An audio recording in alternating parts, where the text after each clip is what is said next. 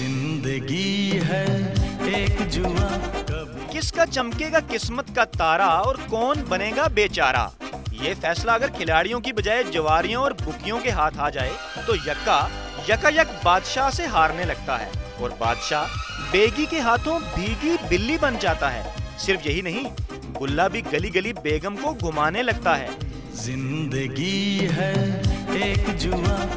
बात हुई जुए की तो बुकीज की बड़ी वेबसाइट्स लीडब्रोक्स, बेटफेयर और Bet365 ने भी भारत को फेवरेट करार दे डाला। जिंदगी है एक जुआ। ऐसे में एक Indian tax commissioner TV programme में दूर की कौड़ी ले आए और जारी कर दिया ये फरमान कि भारत के फेवरेट होने की वजह से पाकिस्तान की जीत का रेट ज्यादा है, इसलिए भारतीय टीम मैच फिक्स करके हारने का प्रोग्राम बना चुकी है। जिंदगी है एक जुआ। भारत सेमीफाइनल का मैच हार जाएगा, बिल्कुल हार जाएगा, उस पर लग चुका है सट्टा उसके ऊपर। और ये सब ड्रामेबाजी हो रही है कि नीदरलैंड की वो ग्राउंड तैयार किया जा रहा है हारने का कि सारे आउट ऑफ फॉर्म है। जिंदगी है एक जुआ। कभी जुए की रकम $1 अरब तक पहुंची तो हर अपने पराये मामले में टांग उड़ाने वाले रहमान मलिक भी पीछे न रहे और दाग डाला ये बयान कि वो पाकिस्तानी खिलाड़ियों पर गहरी नजर रखे हुए हैं कि कहीं वो जुआ न खेल जाएं। पता नहीं रहमान मलिक ने पाकिस्तानी टीम से दोस्ती निभाई या दुश्मनी निकाली। जिंदगी है एक जुआ। कल एक वार्निंग दी थी कि भाई को मैच फिक्सिंग ना हो, इस दफा मैं बड़ी गहरी नजर रखता हूँ और अगर कोई ऐसी चीज हुई तो we are going to take action. यहाँ दुश्मन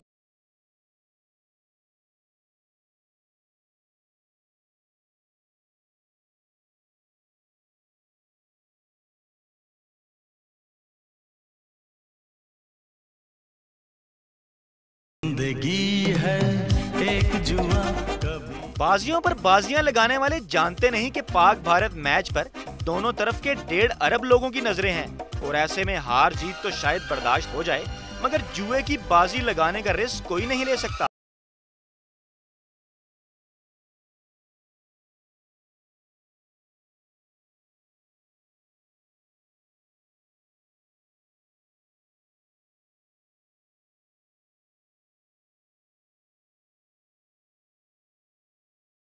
तो जनाब यूं ये किस्सा बाद का ठहरा कि कौन जीता कौन हारा।